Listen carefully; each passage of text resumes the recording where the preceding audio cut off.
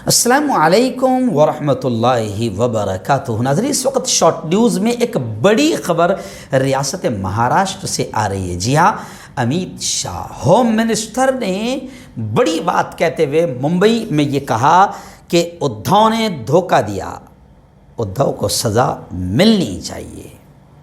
उद्धव ठाकरे ने धोखा दिया, उद्धव को सज़ा मिलनी चाहिए। अमित शाह का बड़ा बयान है जो कल से सोशल मीडिया पर काफ़ी वायरल हो रहा है। एक्चुअल में मैं आपको बता दूं कि जैसे ही अब मुंबई म्युनिसिपल कॉरपोरेशन इलेक्शन करीब हुए हैं तो बीजेपी और उद्धव जी ठाकरे यानी शिवसेना एक दूसरे पर हमला कर रहे हैं, क्योंकि 30 साल तक दोनों का गठबंधन रहा है। वहीं पर जैसे ही अमित शाह ने यह जुमला कहा तो फौरन शिवसेना ने पलटवार करते हुए ये कहा है कि शिवसेना को मज़ा चखाने वाला आज तक कोई पैदा नहीं हुआ है।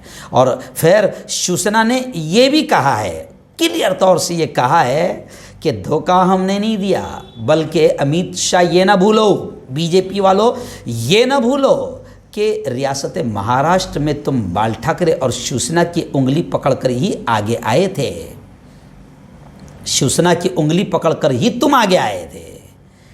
तो कौन किसके सहारे बड़ा हुआ है ये दुनिया जानती है। वहीं पर शिवसेना ने पलटवार करते हुए ये भी कहा है, अमित शाह के बयान पर सख्त जवाब देते शिवसेना ने कहा कि जल्द ही अब तुम्हें और बीजेपी को तुम्हारी औकात हम दिखा देंगे। तो खैर, इस वक्त रियासत महाराष्ट्र में मुंबई म्युनिसिपल इलेक्शन को लेकर ज़बरदस्त अंदाज में गहमा गहमी चल रही है और एक दूसरे पर हमले किए जा रहे हैं। वहीं पर फडणवीस ने ये कहा है कि मुंबई पर अब सिर्फ बीजेपी का गलबा होगा, मुंबई म्युनिसिपल कॉरपोरेशन में बीजेपी की हुकूमत होगी। और फडणवीस ने नारा लगाया कि अभी नहीं तो कभी नहीं, लेकिन शिवसेना ने नारा लगाया कि अब भी नहीं और कभी भी नहीं, क्योंकि तुम यानी बीजेपी सिर्फ मेरे बाप की और हमारी उंगली पकड़कर ही महाराष्ट्र में आए थे। और जब हमने गोया कि तुम्हें धक्का देने की सोच लिया तो अब भी नहीं